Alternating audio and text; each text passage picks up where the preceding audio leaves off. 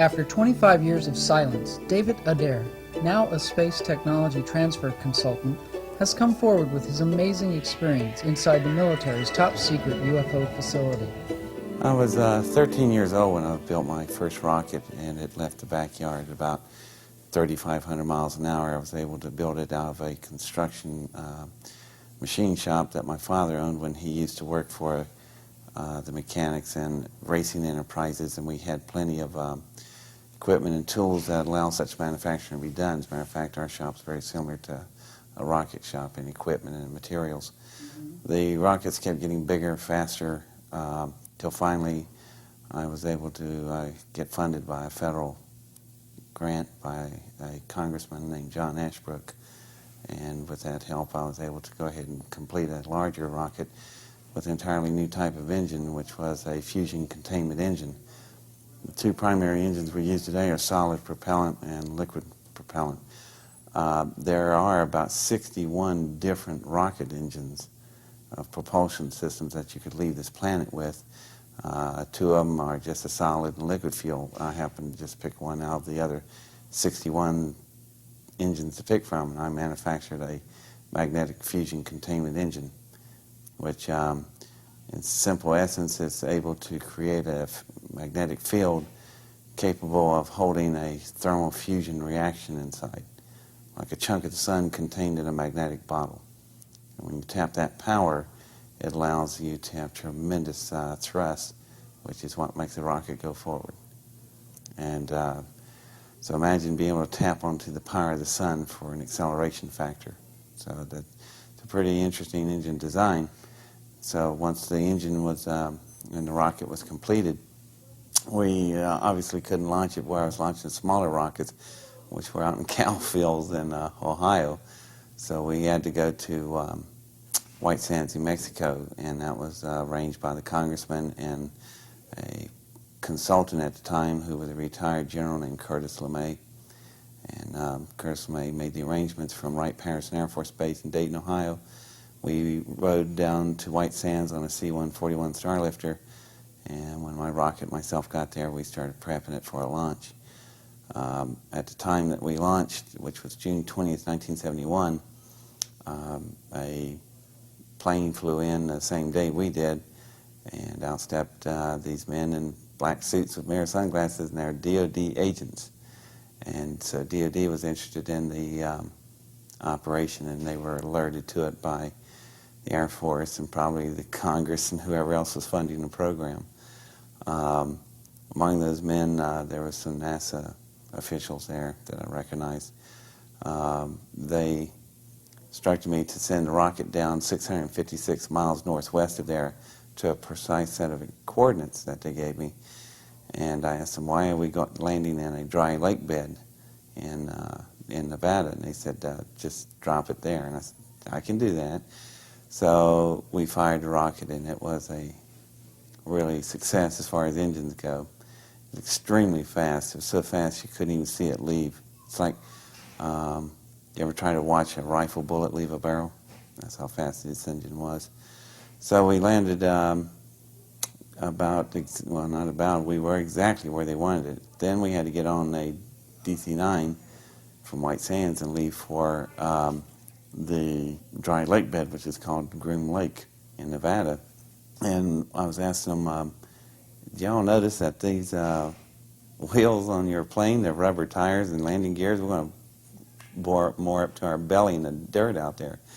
So they said, don't worry about it. So we got on the plane, and when we got there, they were right. There were twin 10,000-foot runways there and hangars and a 42,000-acre Air Force base called Groom Lake. And it wasn't on any of the maps I was working with at the time. So my rocket was down on the south end of the field at the end of the runways, and you could see the parachutes bellowing in the wind, and we landed and got out. And I was assuming we were going to go look at my rocket right then. No, we got in golf carts and rode to this center hangar, which was a very low, flat-type hangar, but extremely large inside, size of about 4 football fields. So we pull in there and stop in these little golf carts, and we're just sitting there, and I'm going, well, that hangar's empty. I thought, this is interesting, you know. And then in a few minutes, little yellow and red lights came on flashing, and then out of the ground, or out of the floor, come these little rails with chains on them. They came up around all the doorways, and then the entire floor dropped out from under us. It's an elevator. We went down about 20 stories, and what was interesting about this elevator is normally you have chains that drops these things. These huge worm screws were lowering the platform down, which allows it to carry extreme weight. When we got down there, there was a lot of various aircraft and workshops and offices and such. That was off of the main bay, and then off of the main bay were smaller but still rather large work bays. And in the work bays, we went down to one that had something sitting in one of the big workshops. So we went and they opened the doors, we went inside, and the room was lit up like if you ever seen a car sitting in a paint booth. You have horizontal lights running the whole length of the room, and they arc like a rainbow all the way over. The reason being, like in a paint booth, it casts no shadows. So if you're spraying a car, if you see a run and your shadow's hiding it, you'll put a run in the car. So this was the same reason. It's a good laboratory to do it that way. That means that it's casting no shadows, so whatever you're working on, you can see it without being interfering with the light. And that was the first thing that's different about the room. They pulled the big covers off this thing, and it was interesting. It's an engine that's about the size of a school bus. And this engine is pretty much a much larger version of the thing I built. It's also an electric magnetic fusion containment engine, but it is sophisticated and it is powerful. I would have to compare mine to it. Would be like I had a Model A and this thing was a Ferrari.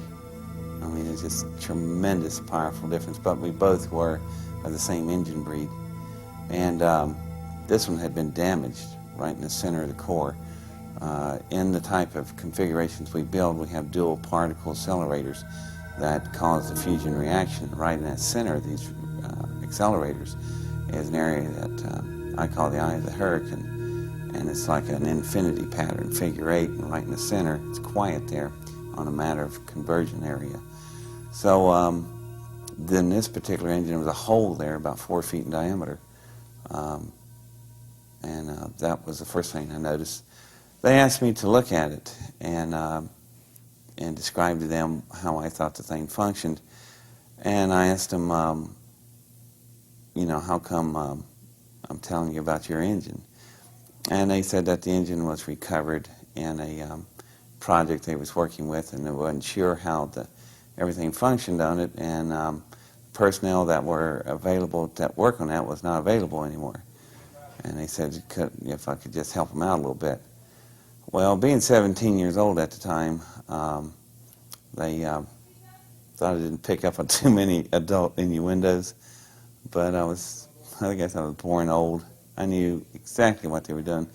So I said, fine, you know, yeah, I'll be glad to help my country, you know. Yeah. So we play along, and I asked them, can I walk up to it?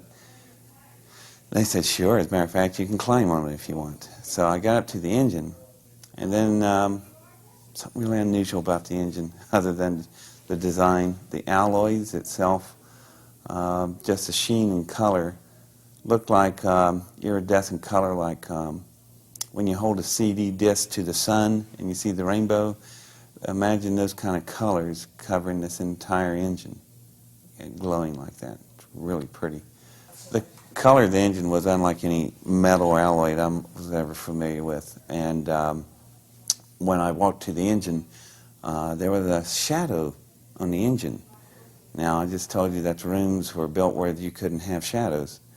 When I stuck my arm out to it, there was a shadow on the engine, but right on the table, there was no shadow. So it's not a light casting the shadow on the engine. The engine is picking up radiation off my body. So I back away from it, the shadow dissipates. When I walk back up, it's back on. And so when I put my hands on the engine to pull myself up on it, that's where it's interesting, because the alloys in some places were so thin, it was translucent. You could see through it like a sheet of amber. So when I laid my hands on it, this really interesting swirl pattern would come off wherever my skin was touching, and they would swirl out through the metal, going out through the alloy. And I didn't know of any metal that could do that. So I thought, wow, this thing is heat sensitive. It's picking up my body heat waves like that. So when I crawled, and they were really neat looking, smooth type wave flows coming off my hands. So I pulled myself on up on the engine and started walking over it, and it was huge. It was radically different than mine because it was just so much of a different design. And the way they ran the fusion flows and the way you would run fuel in a fuel line of an engine, this thing was totally different. There was no wiring. Now, my engine was covered with miles of wiring, so I could get all the firing orders right toward the cyclotrons, the particle accelerators. Did you immediately know that it was alien at that time? I suspected when I put my hands on it, it felt so different. It felt like a frog belly. If you ever, I don't know if people play with frog bellies, but I did. It looked wet, but it wasn't wet. It's just so slick looking, but it wasn't slick.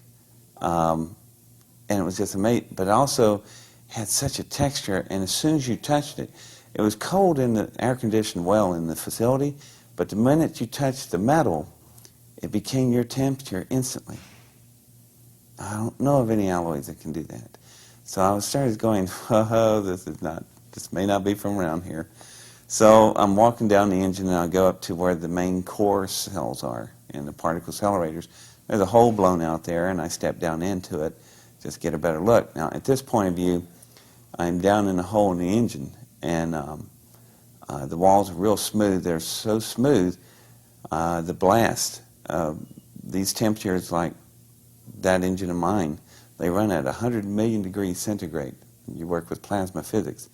So when the field dropped down, this engine's metals were exposed to that kind of temperature, vaporized.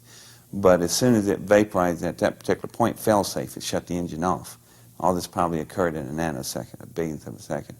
So the blast only irradiated out to about 4 feet in diameter and stopped. What was interesting is the way the engine's metal was whenever there's torn places. You could rub your hands over the torn areas that are jagged, but they wouldn't cut you because they're so smooth. It's more like flesh being torn rather than metal. Well, when I come up, stood back up on top of the engine, I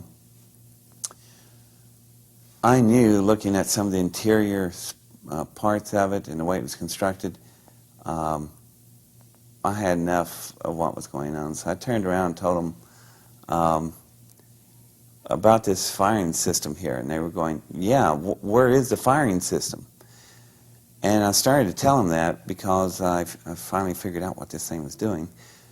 But then I said, well, why am I telling you about your own firing system if all this is yours and you got, this isn't from here, is it? Matter of fact, it ain't from around the area, is it, boys? And they started getting upset. I said, let's do some assumptions. This is an engine. I'm assuming it came out of a craft, a big one, by the size proportional differences, probably 300 feet plus, the length of a football field. Well, therefore, it's got occupants. What in God's name have you done with them? Well, that was the wrong thing to say, because they are up on the engine coming after me, and it's time to leave. Well, when I bend down to get off the engine, I put my hands back on the engine. Something interesting. Instead of the nice, smooth wave lines, they would now look like small tornadoes coming off all my fingertips, moving through the metal. And I pulled my hands back, put them back on. There they were, but they were starting to calm down a little bit. And then I realized what this thing was. They grabbed hold of me, the Air Force guys did. We got back in the golf cart and we were riding back up to the surface. And I was sitting there thinking, I just realized what this engine is. It's a symbiotic engine. The engine is alive. It is an engine that's capable. The reason they couldn't figure out the firing order is that the tubing that was cascading all over its body looked like the same pattern you would have from a brainstem of a neurosynaptic ordering firing order. So what's happening is when the pilots sit down in their seats, their thought waves drive the engine. When I first touched the engine, I was curious and awed by it. The wavelengths were smooth off my fingers. When I was getting down from it, I was totally angry. The engine was not picking up radiation heat waves, it was picking up mental fault energy. That engine is capable of a symbiotic relationship with the pilots. Did you tell them that? I didn't tell them squat. That's why they couldn't figure out the firing order. They said there was no wiring or circuitry. No, the pilots' brains are the wiring and the circuitry. The engine needs them in order to do all of its functions. In return, the pilots know exactly what the engine feels and how the spacecraft feels. The entire craft is probably symbiotic. Now, before you sit there and blow this off like it's just a bunch of science fiction, let me bring you up to date here to current events. I just left Princeton University. There's a Dr. John up there, Robert John, and he runs the Pear Research Institute. They have a contract from McDonnell Douglas, you ever heard of them? Small aerospace company, to build mental shielding for firing systems on the new F-22 fighters. So people go, what's that got to do with anything? Pilot comes home at night, catches his wife in bed with another man. He's having a bad day. He's now got to go fight a fighter that is so sensitive. When he straps on his helmet, just like the Apache helicopter, you turn your head this way, the gun mounts follow your head. This firing system now links to your brain. Foxfire, Clint Eastwood. Where do you think the Hollywood's getting their ideas? McDonnell Douglas is under construction building a symbiotic relationship firing control system. Where did they get their idea? I wonder. Could have been back in June 1971, and God knows how long they've had this engine. However, it's reality. We have symbiotic engines in aeronautics. We're moving into that area right now with the F-22 and beyond, with our future fighters. So, which is science fiction, which is science fact? Where does it start and end? You can't tell anymore. When we got back up to the surface on the golf carts, there was another problem developing. I already knew that if they could hold this kind of information back, there's a lot of other things going to happen. I also knew my rocket was gone because I built it under a federal grant. They were going to take the rocket. Well, that bothered me enough, but the other problem was something they were talking about that while I was standing there being a child, they're not paying attention. And that's when I first heard the terms first strike. And I'm going, what is first strike? And then I started thinking about it. That's June 1971. We're in the throes of Vietnam War. We're in the pitched battles. Wasn't long after My Lai had occurred. We just bombed the Dickens out of Cambodia because the Soviets were supplying weapons to the north. We wanted to do surgical nuclear strikes. General Westmoreland did. And the Soviets said, you fire one of those off and we'll go to global thermonuclear war. The only reason we didn't attack each other was MAD, M-A-D, mutual assured destruction. So the only way to win MAD is first strike. Whoever gets there first wins. My rocket engine out there went from 0 to 8,654 miles an hour in 4.1 seconds. It's the fastest thing ever. So if you take that type of engine containment system and put it on nuclear warheads and put them on your own subs, park it off Siberia, the Soviets would never see but flashes of light, and that's it. They wouldn't even have time to move out of their chairs. No retaliation. So if you take out the Soviet Union, you wouldn't destroy the whole country. You would take out all the key military sites and the major cities, and they'd surrender. But if you do that, you'll have to hit another country same day called China. They have nuclear weapons, and they're not going to stand there and watch us take out the other superpower. So about 1 billion people are going to die in a single day. So I'm sitting there going, all because of my engine? Unbelievable. So I scooped up a hand full of graphite grease off of the hangar door there at the wheels and started crying. And I said, I want to see my rocket. So they thought, just a kid, take him out to see his rocket. I want to see what it at least looked like. So when I went out there with the 2 sergeants on the golf cart, we got out there. I walked over to it and opened the hatch, opened the particle accelerators, put the graphite grease, just smeared it on the doors inside and closed it. When you turn on particle accelerators and the fuel is using deuterium, ask any physicist what happens with deuterium meets graphite. It's pretty bad. It's a major reaction explosion. So I turned on the particle accelerators with no fuel involved, and I told the two sergeants, it's got a fuel leak, we got to run for it. So we get on a golf cart and take off. I gave us 60 seconds on a time delay. When you engaged, it exploded. It blew a hole the size of a football field out there. There's nothing left. Now they have no rocket. Now they have nothing to work with, but they got this, this kid. So I was told I'm going nowhere for the rest of my life, and it was scary. And they threw me in a room and kept me there for about 10 hours. And then a lot of noise in the outside. The door opens up, and there's this big stogie chomping figure in the doorway going like that, and his name is Curtis LeMay. So he came there and got me and took me all the way back home to Wright-Patterson. He took me back home to my parents. He told me that they're not going to be through with you. They'll deal with you again. And he was right. So that was the end of my summer vacation in my junior year in high school, how I spent my summer vacation. And what did he say to your parents? well, my parent, LeMay just told, he didn't say anything to my parents. He said he left it up to me. He just got me home. So it was quiet through the winter and the spring, and I'm graduating from high school. It's June 10th, 1972, and I'm ready to go to Ohio State. All of a sudden, I'm shaking hands in line, and I get hold of this one line, and I turn around, I got hold of this guy's hand, and it is a DOD agent from Groom Lake, right there in Centerburg, Ohio, and he slaps this paper in my hand. I read it. It says, "Greetings, I'm drafted." And they throw me in a car. My parents are hollering, and nothing they can do because I'm now property of the United States government. It's called conscription, buddy, and you're gone. So after about 3 hours, I'm back. Well, I was on a plane. I ended up at Langley, Virginia, home of the CIA and more fun activities. What they wanted was the engine to be rebuilt again. And we had to work out some compromises. I ended up spending 10 years in the Navy. I never did build the engine again. That was the last thing Curtis LeMay told me to do. He said, never build another rocket as long as you live. You might make it out of here. And he was right. So instead, I agreed to build jet engines.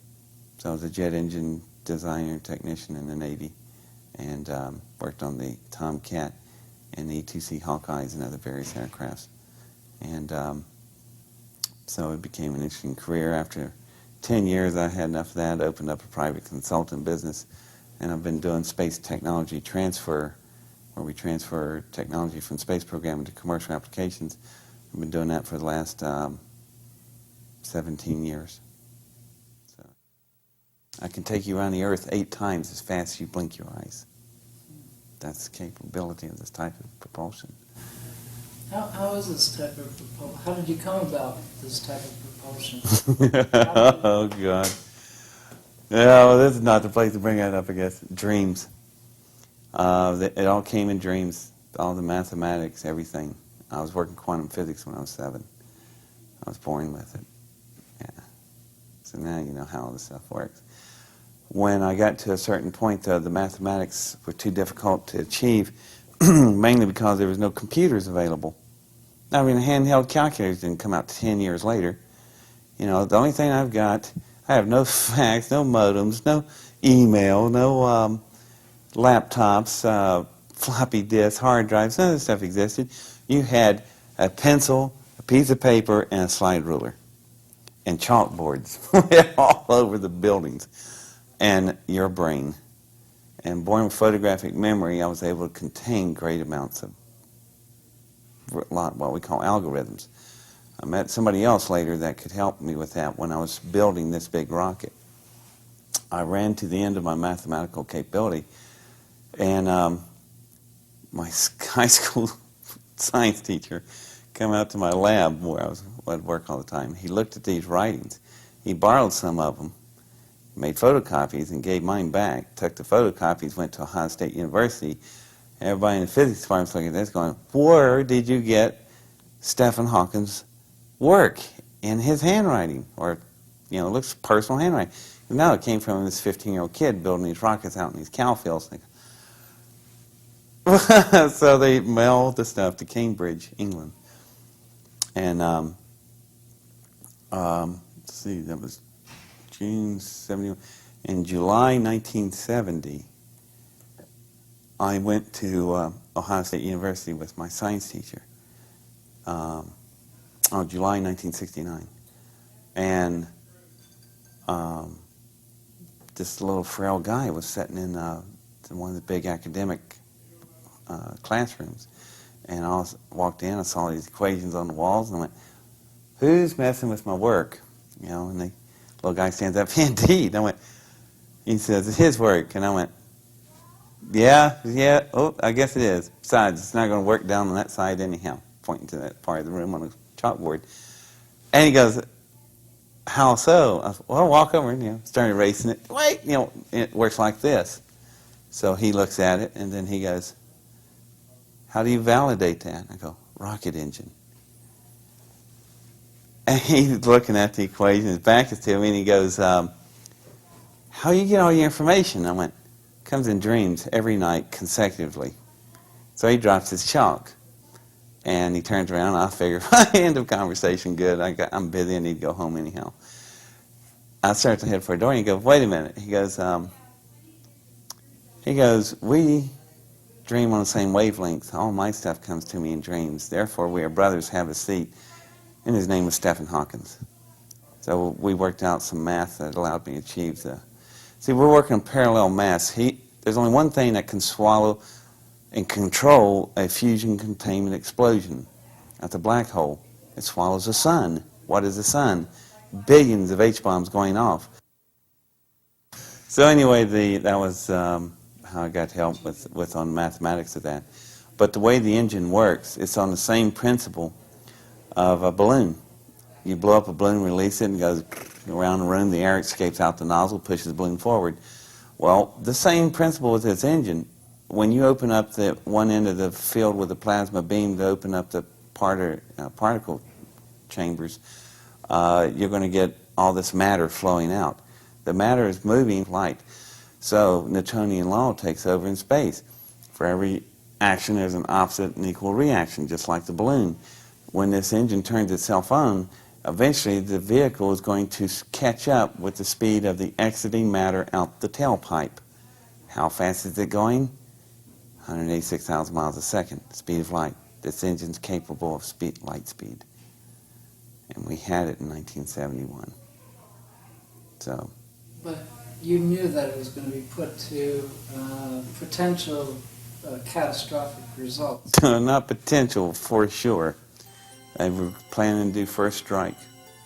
And they had planned on doing first strike for about the last 15 years until the Soviet Union collapsed. They were always trying to beat the mad equation, mutual assured destruction. The only way to do it is to be there first. Everybody had the same speeds, so whoever got faster wins. And so what I'm asking is, why are you starting to go public with this information? There's a shift, a change in perception of the public and the attitude. If it hadn't been for that, I would have went to my grave and never said a word about this, because I wanted a normal, mainstream life career. Like I'm going to tell people, I'll stand on top of an alien engine in the basement of a top secret base called Area 51, mainly because I built an engine similar to it, and it landed there, and that's why they wanted me there. And I was 17 years old at the time. Despite the fact that I won the most outstanding field of engineering sciences from the United States Air Force in 1971, and we can see newspaper stories and clippings of me in that rocket.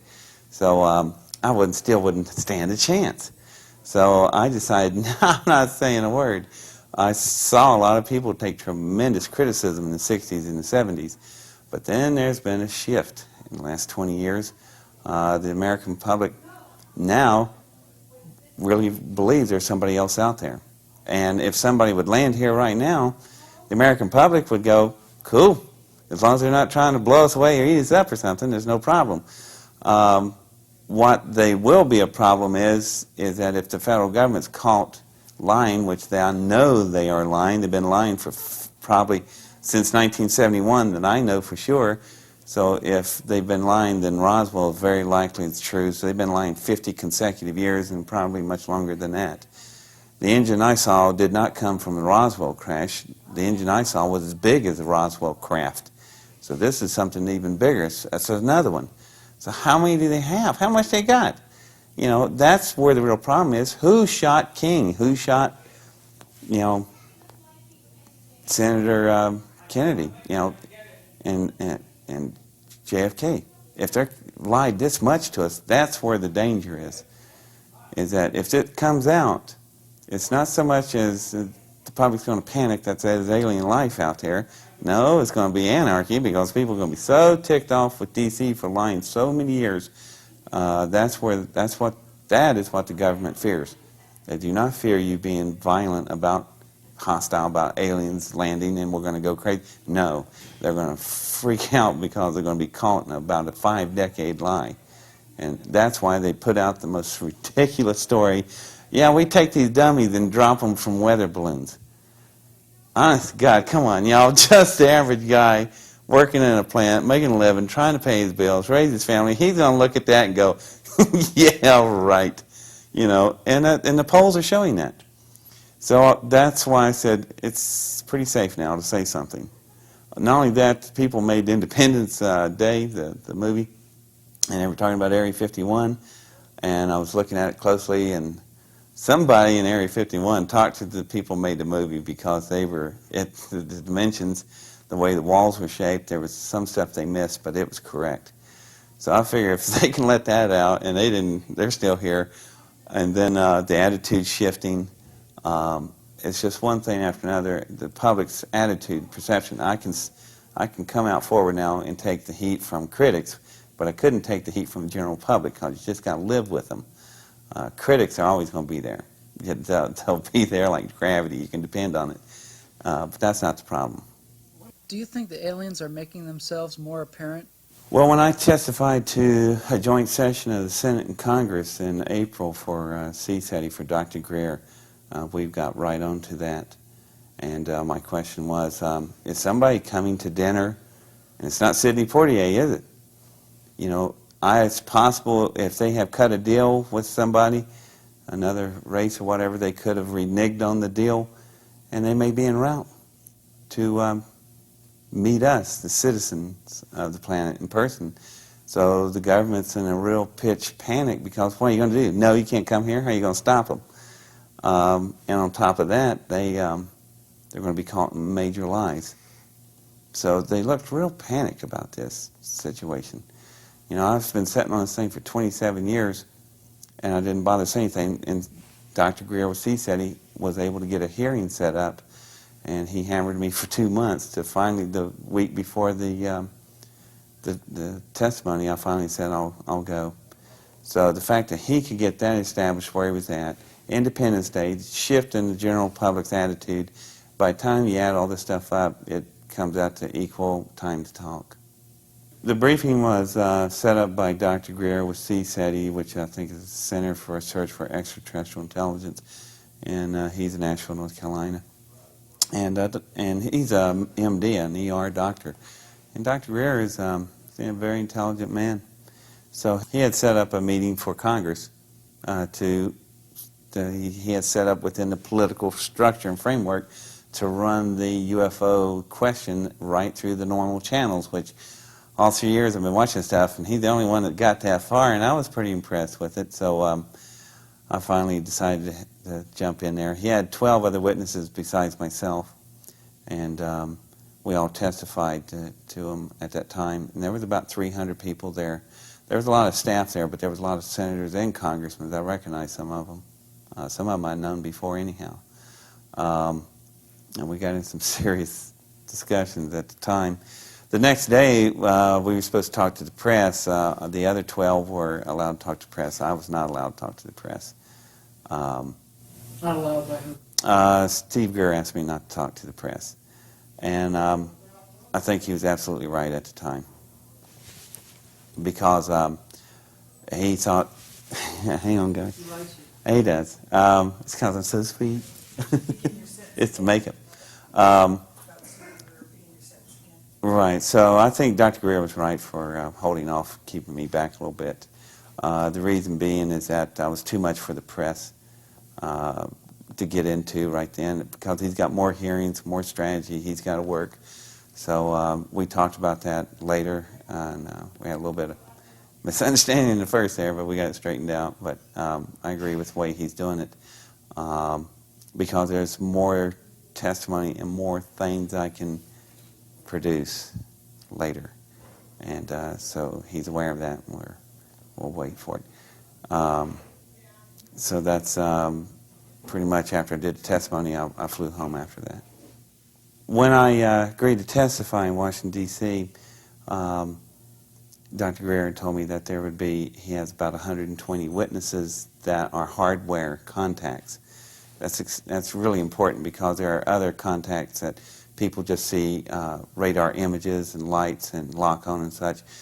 Well, when we got there, the 12 witnesses he had, they all saw radar images and confirms and lock on, and they chased them on ground radar, on-board radar in planes, which to me in the mainstream world, that's pretty darn exciting right there. But I realized I was the only one that had hardware contact, and I need somebody else, because if not, I am alone in a category by myself, and I really wasn't ready for that. So I was waiting at the last minute. If I had to, I may have not testified. But there was a lawyer in front of me. His name was Steve Lufkin, and Steve's story was that he was 18 years old in 1960 in the basement of the Pentagon. He was an encryption soldier, officer in the Navy, or in the Army, and their job was to break codes. And his senior staff guy walked in, and Jay laid down 3 pieces of metal, and one of them was about a foot long, had writings and hieroglyphics on it.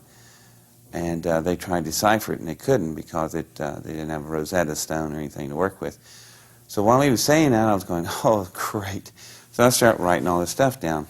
And I hand Steve the paper, and Steve looks at the paper and goes, and like any good lawyer under testimony, he goes, I swear I've never met this man before. And I thought, great. So when I got up, what rattled everything was he had about 12 different emblems, and he remembered them. I hit all 12 emblems. So the way I told the Senator in Congress, I went, how could I do that? Simple. I was standing on top of the engine that piece of metal came from. As a matter of fact, there's about 98 different emblems on this engine. I was born in photographic memory, and I got them all.